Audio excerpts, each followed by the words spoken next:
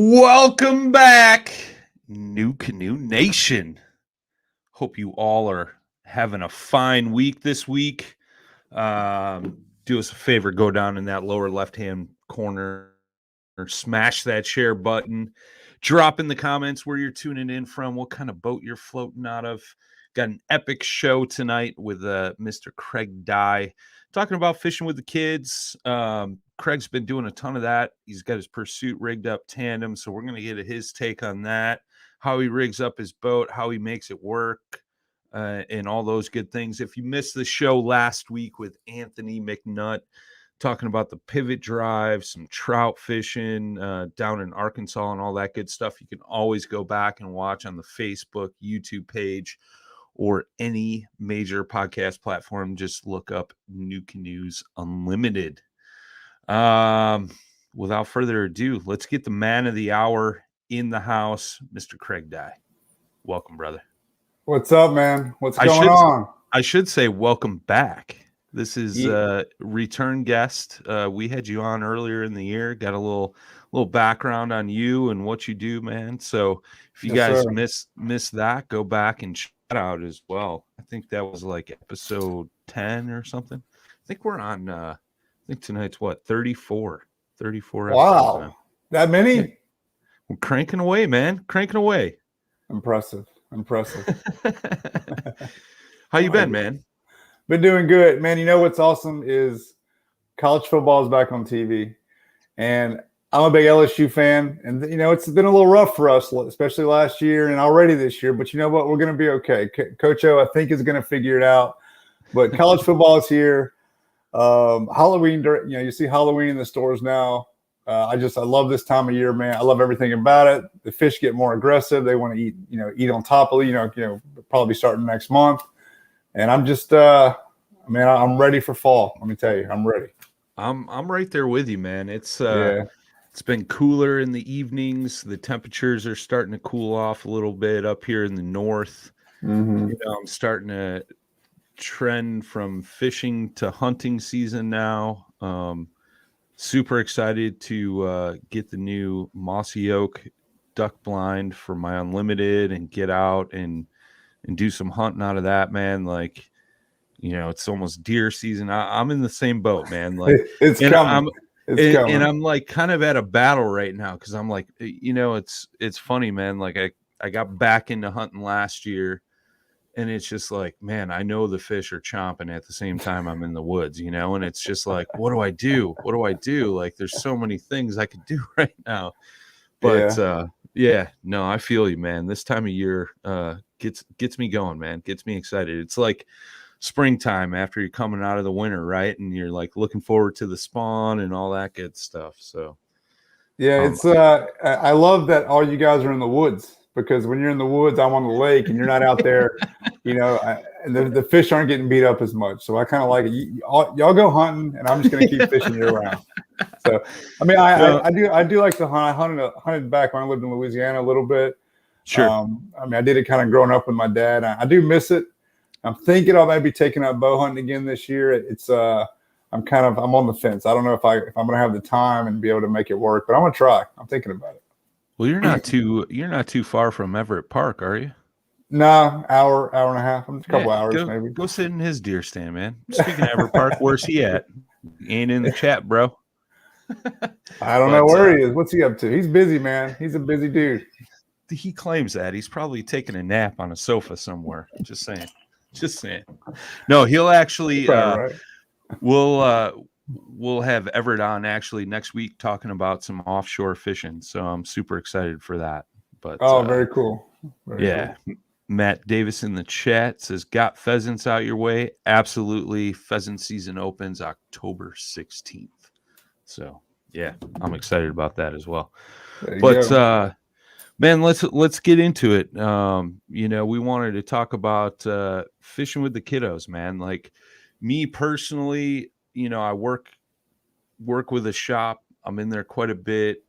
You always get a dad that comes in the shop and he's like, I want a kayak that I could, either rig up tandem or go out solo by myself. And the tandem's either with a, taking one of the kids out, the wife, something like that. And, I always steer them to the Frontier 12. You're doing it on the Pursuit. I've seen a couple guys doing it on the Unlimited as well, man. So, I was thinking about a few questions like coming up tonight, like, how old is your son, and when were you like, all right, I think he's old enough and big enough where we could take him out on the kayak fishing? Well, for actually fishing, I think maybe 4 is probably best. I think at 3 it's just going to be dangerous. Sure. And I've had both of my kids because I have 2 sons. One's 4, one's 7. It's Charlie's 4 and Carson is 7.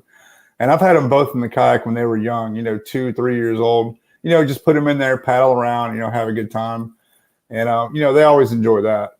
But actually fishing, Carson, I started bringing him when he was about 4 or 5. And then he's not actually, like really big into fishing. He likes just going out there and playing in the water, looking for frogs, getting out, like chasing, looking for tadpoles, or like his favorite thing, those little water beetles. You can bring a little net, and he can go out there and catch those water beetles. Just little things like that, man. It's like, after one of our trips, he got in the truck and he's like, "This was the best day ever." I'm like, that's exactly, that's it. That's what you want, and we caught like I caught a few fish while he was playing, and he thought it was the greatest thing. But usually I would say, answer your question, like 4 or 5, something for fishing, but for just getting out, any age, get out there, go do it. Very cool, man. Very cool. I like it. Yeah. So, I mean, give us the scoop on your setup, man, because I know you're running tandem seats on there. You doing anything special, things like that, man? Man, what I've learned in kayak fishing, I've been doing it for a long time, probably 8, 9, 10 years now, that really simple is best, man. You start getting a lot of things going on in your kayak, especially in a river with kids and fishing poles. It's just gonna end up being a mess. So I keep it very clean and simple. For the Pursuit, I just have, basically I just move the front seat all the way up on the track, and I take out the slide drawer in the front, so he can put his feet there, and I can move that seat all the way up to the front. Yeah, you can actually see it right there in the picture. I have it slid all the way up, and I have the drawer out. Then I move my seat pretty much all the way back, and then you still have room in that Pursuit to put a crate, and I put the cooler behind his seat in the front, and I still have room for my feet. So I mean, there's plenty of room in there, and I've taken the Unlimited out with Carson, who's older. He's 7. He's a lot taller, obviously, and there's so much room in that Unlimited. I mean, you can. It's just crazy how much room. I mean, there's the Pursuit is 13'6", but the tracks on the bottom on the Unlimited are much longer, so you can spread the seats out further. So it's a shorter kayak, but you actually have more room when you're running tandem. So and it's a little easier. It's a little better platform to stand on in the Unlimited. But the Pursuit for me works great. I use that Pursuit for everything. I use it for tournament fishing, for fishing saltwater, for bringing the kids, and I mean it's a very, very versatile kayak. Very cool. I love it, man. I love it. Yeah, here's I'll share up your saltwater rig up for that as well in the Pursuit, man, because I remember you had posted a picture of this. You actually have a video of the different setups you use, right? I believe that's posted on the Westbrook Supply Facebook page. Or was it on your YouTube channel? I forget which one it was. It's on Westbrook's YouTube page. And okay. I just, it's the thing is, man, there's 100, million rigging videos out there, and you can show how you do this and that. But really, I was just showing the basic setup. And I really do keep things simple, because the more connections you have, the more ropes you have, the more everything you have, just the more things that can go wrong. That's why I keep everything so very minimal. Some people might look at it and go, that's a lot. But as, kayak guys and tournament guys, it's really not that much. You know what I mean? Like, it's pretty basic stuff. And over the years, it's just, I don't know. I just feel like less is more when it comes to stuff like that.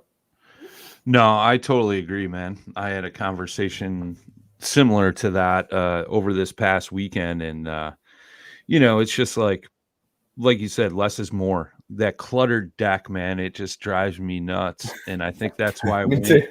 Me too. went back into the new canoe is just because, it's like I felt like I was tripping over like center pods and pedals, and I don't know, made my time on the water not that pleasurable. Yeah. When I was fishing with my brother-in-law last weekend, like I was telling you, on the Ocmulgee in the Etowah River, he told me, actually, I think he said it twice over the 2 days. He goes, "Man, that's a really big open deck you have," because he was in a different kayak, but he saw me fishing the Pursuit. And my river setup is really nothing. I mean, it's just I have a drag strap and 3 rods, and that's pretty much it. Yeah, like when I hit the river, a lot of times I'll jump in the Flint and I'll take 1 or 2 rods in a bag of plastics, because I know what I'm fishing the whole time. I mean, it's no secret. No, I'm a Ned rig junkie. And come on, you're one of those. Come on, man. Yeah. It's usually that and a top water. You know what I mean? And fishing for smallmouth. You know what though? There's times where I've been beat by Ned rig, and I probably should have had it. So yeah, sure. It's one of those baits, man. You just gotta have it. Yeah. We got our good friend Scott Butcher in the chat. It says Ned rig, thumbs down. That's right, Scott. That's right. Yeah. Come on. But no, man, it's super cool. So I mean, when you're out fishing with the kids, man, like what's some of the struggles, man? What makes it difficult and what makes it easy? Well, we all know it's not going to be like everybody's happy and everything's great the whole time. Sorry, I'm starting to lose my voice a little bit. Allergies. No, you're good, man. So, you're good.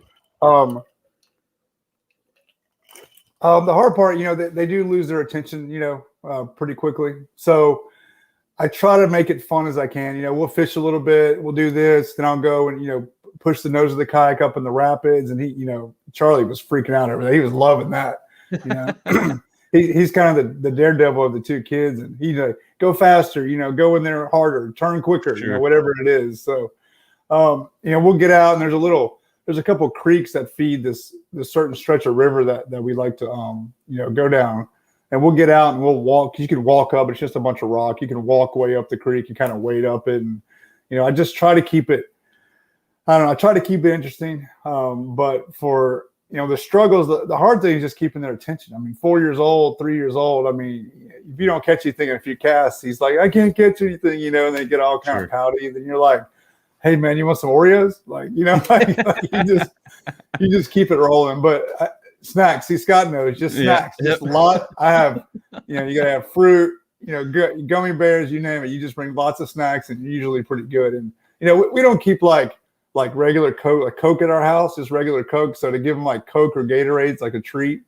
And it's like, I get to have a Coke when I'm on the kayak. Let's go. So, can we go kayaking every night, Dad? Yeah. So, but it can be tough, when you're trying to fish, tandem in a kayak. I mean, you got to be careful. And I'm glad you asked that, because these 2 baits, I really try. I use like a weedless Cinco, because you don't want to get anybody hooked. So usually I'll have him throw in something like a weedless Cinco or like a little fluke, Sure. And I mean, the tricky part is, I mean, look, I could bring out, crickets and corks and do all that deal, but I don't know. I kind of want him to bass fish and catch them how we catch them. You know what I mean? I mean, yeah. He's done that before in ponds, but we're on the river. There's a lot of spotted bass. There are a lot of predictable spots. Like you go in an eddy, there's probably going to be a fish there. So, and he'll work on us casting kind of out in our cul-de-sac. And when we get in the kayak, I just, tell him to throw it out there and kind of move it a little bit. And, and if he's struggling with his casting, I'll cast in the money spot and then hand him the reel, or maybe cast and then set the hook and let, hand the pole to him and let him reel it in.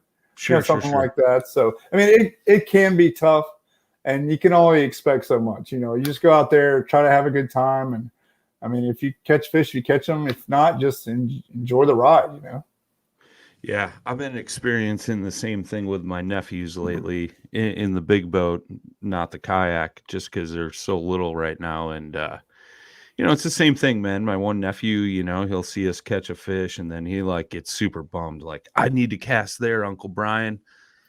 cast my rod over there. So I'll do the same thing, man. Cast Yeah. it in there or set the hook for him and hand him. And dude, there is nothing better than the smile on those kids' faces when they're reeling in a fish. It's cool, man. And in our last trip, I don't know if you saw the video, but I filmed it, and I had like a camera on my regular over the shoulder camera. Sure. And then I also had a GoPro on just like a kind of a selfie stick, so I could pick it up and get like those close shots while he was doing stuff. And so I get his little smaller rod, and I cast a Cinco. Pretty much the best looking spot you've ever seen. It's like a little shade corner next to an eddy, some bait popping. There's at least a 10-inch spot in there. So I get his little rod, and I have it on video. I skip the little Cinco under there, and I'm holding his rod, and he's just doing something. And all of a sudden I see the line go ding, and he starts going to the side. And I'm like, oh, I don't know what this is, because when you get a bite from a little fish, it's like tick, tick, tick, tick, like it's kind of little small bites. Sure. This was a do and just a pull, and I'm like, oh no. So I set the hook, and I'm like, and I give him the rod, right? I immediately give him the rod to reel it in. Well, he's reeling it in, and it's probably about an 18-inch spotted bass. Oh boy. It's pretty funny. He's reeling it in. And I'm telling him to keep his rod up. And then he starts kind of freaking out because it's like pulling him and the drag's coming out. But he was scared that the rod was going to go in the water. So he starts getting upset and crying. But he was excited at first. He was crying because the rod's about to fall out of his hand. And I said, no, just pick it up. So I help him, and I grab the rod. And then he's smiling again because the fish is jumping by him. And then we get in the boat. And it was a really cool moment. And I think I remember I said, I don't know what I was thinking about, no crying in baseball or something. But I said to him on video, I was like, no crying in fishing, Charlie, no crying in fishing. But it was a cool moment. It was really cool that we hooked a big fish. He reeled some of it, lost it. I grabbed the rod, so he was cool, and then we brought it in, and then it was just a really cool moment. So and I got it on video, so those videos are cool now. But when you watch them 5 years from now, that's when it's really going to be cool, So, definitely agree, man. I wish I would have had a little GoPro camera back in the day when my kids were little, and it's just like, man, some of those moments, especially on the water that you miss. But Scott's in the chat. He says, I've cried a lot on the river. I believe he's talking about catching fish with his kids, He was or missing fish. Yeah. God's awesome. Nicholas Beltran says he's surprised your kids don't want to take a swim. He said his son always wants to go swimming. Well, my oldest was a little nervous around the moving water, but my youngest, man, Charlie's a little. I'm a little worried about this kid. He's got no.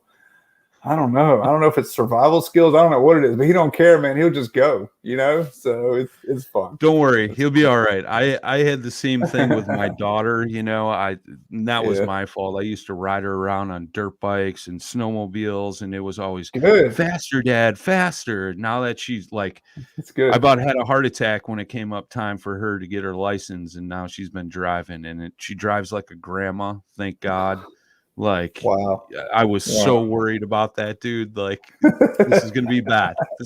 She's going to end up on Nitro Circus or something, But, hey, that's pretty entertaining. She'll probably make some good money doing that. probably. But he'll be all right. But man, super cool. So you've been doing tandem on both the Unlimited and the Pursuit, you said, right? Do you have a preference for either or? I know you're more geared on the Pursuit just because it's easier for fishing, but in regards to the kids, is it easier because of the stability on the Unlimited or? Yeah, a little bit. Honestly, I get out there, I don't really think about it much. The Unlimited, because it's a hard boat to get right now. If I had both in the garage and I was going to go to the river with my sons, I would pick the Unlimited, just because you can separate the seats more. There's more room. Plus, the stability is there a little more than the Pursuit. But I do love the Pursuit because it cuts the water so well. And when you do want to go paddle upstream and play in the rapids or or paddle to a tree where your son or yourself, is hung up and you want to get over there easily, or, paddling against the current. It's hard to beat that pursuit, but most likely going tandem, the unlimited is just, it's super comfortable, man. And just that extra space is really nice. Nice. You running the motor when you're out on the lakes with the kids, or you guys just fishing the rivers mostly? I do both. I go over here to Lake Ackworth. It's a small electric only, and I'll bring my sons out there. What's cool about having the motor on the unlimited is that you control easily. You can, having that controller, you can hand him rods. You can hold a rod while you run your remote control on the motor guide. Troll some shadow wraps for some crappie or some small bass or whatever will bite. Who cares? Whatever will bite. When I was with Carson in the pursuit 2 years ago, I think it was 2 years ago, last year sometime, I hooked into a giant catfish on a little shadow wrap on 10-pound line, and it took about, no joke, man, it took about 30 minutes to get that sucker in, and he freaked out. When that thing came up to the top, you know how big cats, they come up and flap their tail and it gets you all wet. When I told him I was going to put it in the boat, he was freaking out, man. But I got it in. It took 30 minutes, and I had no net. Because we were just out there having fun. I had no net, so I had to get pliers and grab the top fin and kind of get my arm underneath his belly and slide him in the kayak. But remind me, I'll send you a picture of that fish. But it was a really cool. He thought you were putting jaws in the boat, man. Oh man, you should have saw him. Like he was freaked out, but excited, but freaked out at the same time. He didn't know what to do. So it's fun. That's awesome. Scott's asking, have you started teaching the kids the bait caster yet? I have not, Scott. I probably should. When I was a kid, my dad made me do. He made me learn to use it with my eyes closed. So you can feel the line, you can feel it and you can hear the reel, like you just know when the bait's about to hit the ground. Like he would start out with close your eyes and drop the bait to the ground and just kind of get the feel of when that bait hits you. You put your thumb on the spool.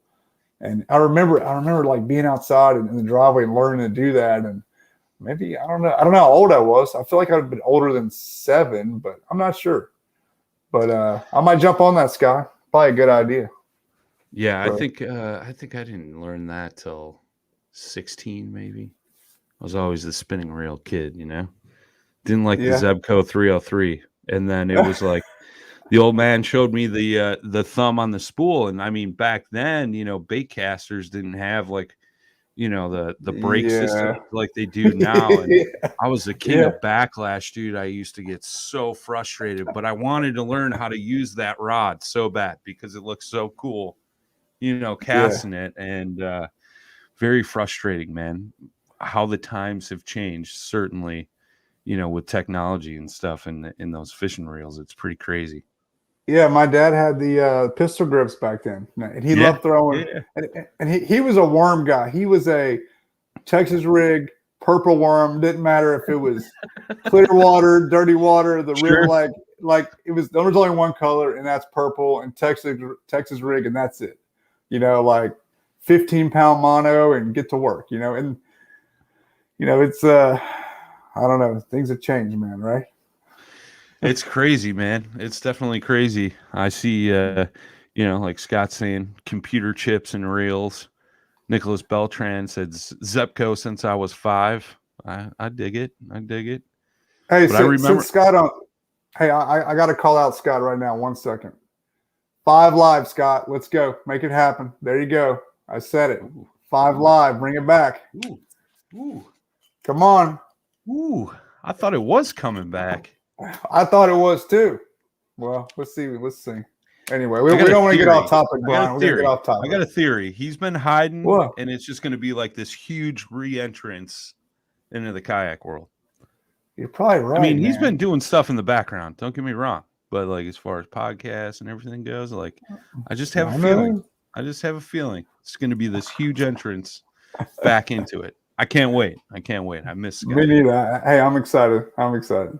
Heck yeah, man. Heck yeah. Man, now I got sidetracked. I forgot what I was going to say to you, but No, man. What else you got coming up for the fall, man? You fishing any tournaments? You got any trips planned? Anything like that? Yeah, I'm headed to Navarre Beach this Sunday, a little short beach trip with the family. And one of my all-time favorite things to do is get up 30 minutes before sunrise and get out there on the beach when nobody's out there and just, catch whatever, ladyfish, little mackerel. I don't even care. I'll go out there and throw some paddle tails and some spoons and a little topwater. And so I got that coming up. And then right after that, I have I've been doing the BFL co-angler stuff this year, which has been it's been really cool, man. It's been, I was talking to somebody the other day that it's very similar to kayak fishing because in kayak, you're there where you have to make the most out of where you're at. You can't just run 10 miles down a lake. In the back of a boat, it's the same concept, man. Like you're there, you got to figure it out. If you got to throw a worm, if you got to throw top water, if you got to throw something different or throw the same thing as that guy, it's really cool, man. So I've really enjoyed doing that. And the success has been pretty good this year. I think I'm 6th in points in the Bulldog division down here in Georgia. And nice. And so we have a tournament on Lanier. What I was getting to is we have a tournament on Lanier. It's a super tournament. And then if you're in the top 30 in points, you get to go to the regional, which is down on the St. Johns River. And then if you get top 6 there, you get to go to the All-American. Yeah. Which is like really cool, man. So I don't know. I kind of jumped in this year not knowing what it was all about. I watched a lot of videos and man, it's been a really cool deal. And I learned a lot and I fished with some really cool guys. And I recommend anybody to learn their waters a different way, fishing new people, is to go try that, just for a season. Go try it for a year, and just it's cool. It's really cool. Yeah, and the entry fees aren't too bad on that either. No, I don't even what is it? I think it's like $100. Yeah, it's not much. $75-$100. It's not much. And then, I give the guy $40-$50 for gas, just to help him out. And I've got I think 2 out of the 4 I've got to check, or 3 out of the 4, something like that. So it's been a pretty cool deal. Yeah, it's cool. Yeah, you've been doing awesome, man. Yeah, because I think the boat side's $200. Yeah. Yeah, it's very. Look, here's the deal. You're gonna go pay a guide $300 to $500 to bring him to his guide spots. Sure. You go fish on Lake Lanier with a guy who's been practicing for 2 weeks, who's fishing for like $5,000, $6,000, $7,000. He's going to bring you to his money, to his juice, straight to it. Right. So, and you're not there to get spots, but you're there to learn how they fish it. Like when I fished Lanier back in April or March, whenever it was, the first tournament, I thought I was going to be fishing deep. And that guy was running super shallow way up the river, catching largemouth. We weren't even catching spotted bass on Lanier. Yeah, we were chasing largemouth, So I think we talked about that on the last show we did together, because I think that was like right after you had that tournament. Oh yeah, it was. Yeah. So it was but it's cool, man. Wicked. Yeah, it's cool. I dig it. We got a question in the chat from Mike Archer. He says, how does the unlimited paddle for small lakes? Will I be better with a motor? Well, that's really up to you, Mike. I've been in the kayak deal for a long time, and paddle. I was always a paddler. Like I just never really liked pedaling kayaks. So I enjoy paddling. I really do enjoy it, and I do it a lot on the rivers, and I do it on a lot of lakes too in tournaments when you don't allow motors. But that's really up to you. The unlimited. It's a big boat, but for how big it is, it does paddle very well. Make sure you get a long enough paddle, to do it effectively. But yeah, I say, when you say, small lake, I don't know how, small like a 2-acre pond or small like, 1,000 acres, Sure. But that's really up to you, Mike. Yeah, right on. I agree. Definitely agree. Yeah, if you're talking 1,000 acres versus like 200 acres or 10 acres, that's going to be a world of difference for sure. Yeah. For sure. Yeah. Very cool, man. Well, I appreciate you coming on tonight. I'll give you a stab at the normal question again. I forget, and I failed to look up who you said last time, but you got a Frontier 12 rigged up tandem. You can go fishing with anyone, dead or alive. Who's it going to be? Oh man. I wish I was prepared for these questions. See, I like throwing you through a loop, man.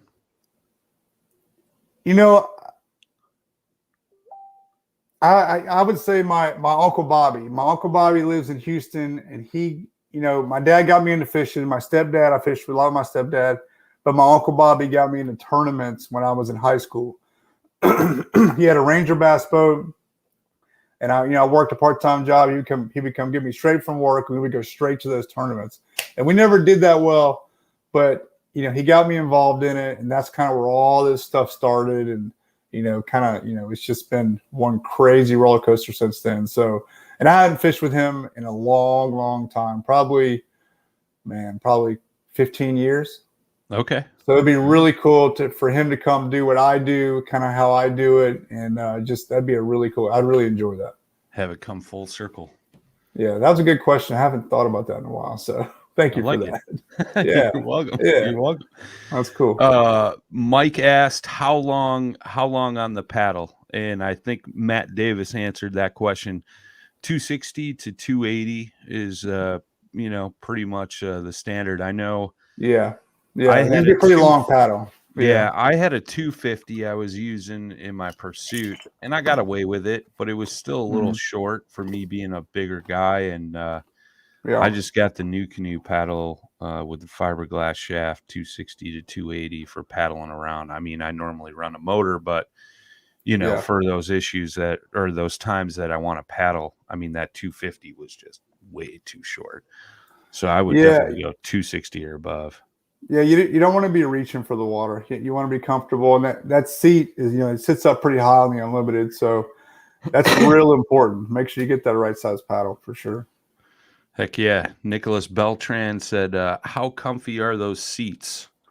Man, look, I know you guys, a lot of people won't believe me because, I'm in a new canoe and on the team and whatnot, but they really are the most comfortable seats I've ever sat in. Yeah, I'm not kidding. I mean, I fished, I was telling Brian before we got on, I fished 11 hours on the river on Saturday. 11 hours. We took our time. We fished all day, and my back wasn't hurt on the way home. So yeah, I'm a few days from 40, so usually my back hurts pretty bad after that. That much time on the water and that much paddling. You know what I mean? No, I'd have to agree, man. Definitely an upgrade from the old seats. The old seats, they weren't the most comfortable. The new seats, like, world of difference. It's really cool. And I got the Millennium, the white seat, the Millennium Pro, that I like. I just really like that color contrast with the blacked out Pursuit and the white. People are like, oh, I can't wait to get a white seat. It's going to get dirty. Well, you just spray down with a hose and it looks like brand new, so it's not a big deal. So nice. But very cool. Great seats. We got one more question in here from Josh Tatum. He says, "Oh, come on, man." He says, "Who's your favorite Westbrook team member, Craig?" Oh, well, that's a good one. They all are. I think the proper answer would be Fletch, right? I mean, Fletch is. If you haven't spent any time with that guy, he was one of the coolest dudes, man. I don't know, like you just got to go to the shop and just hang out, man. Just be there, spend some time, and just let him rig your kayak or just whatever. Just go hang out with him, and he's really cool. See, I got to say, Fletch. I mean, Scott's gonna get his feelings hurt. But I got to say, Fletch. So, I mean, you always got to take care of the boss first, right? That's true. You're right. Plus, he can rig a kayak better than anybody I know. So if I ever need something, I gotta butter him up. So smart man. Yeah. Smart man. Yeah. Well, dude, I appreciate you taking the time out tonight to sit down and chat about all the good things we talked about tonight, and give the folks tuning in at home, where could they follow you, plug your YouTube channel, all that stuff, because you're always putting out great content, man. I appreciate it. YouTube, you can just search Dye Fishing. That's DYE Fishing. And I have the BFL co-angler stuff on there. I have kayak tournaments. I have technique stuff on there. And I also have what we talked about tonight, fishing with my sons, and just not necessarily fishing, just having a good time and getting out there, enjoying this cool sport we're part of, man. So Instagram, Dye Fishing as well, and Facebook, my fishing page is Craig Dye Kayak Fishing. And yeah, that's about it, man. We just filmed on the river last weekend, and I got a lot of footage I'm going through to try to figure out how I want to put some of it out. But I can't get enough. I can't get enough of this stuff. I love it, man. I love it. Right on, brother. I appreciate you, man. Boys and girls at home, next week we will have the man, the myth, the legend, Everett Park in the house talking about offshore fishing. I know that's one that doesn't get talked about enough out of a new canoe. So we're going to touch on that. Everett's been, getting out in the salty water for quite a while, catching these giant fish. I may have to talk him into taking me on a tarpon trip here because that's my bucket list fish. But if you guys tuned in late, you can always go back, watch on the Facebook, the YouTube channel, or tonight this podcast will be uploaded to any major podcast platform. You can tune in on your car rides to work, on your way home, on your way to the water, wherever it may be. Craig, thank you again. Everybody at home, thanks for tuning in. We will catch you on the next one. As always, boys and girls, tight lines, smooth paddle.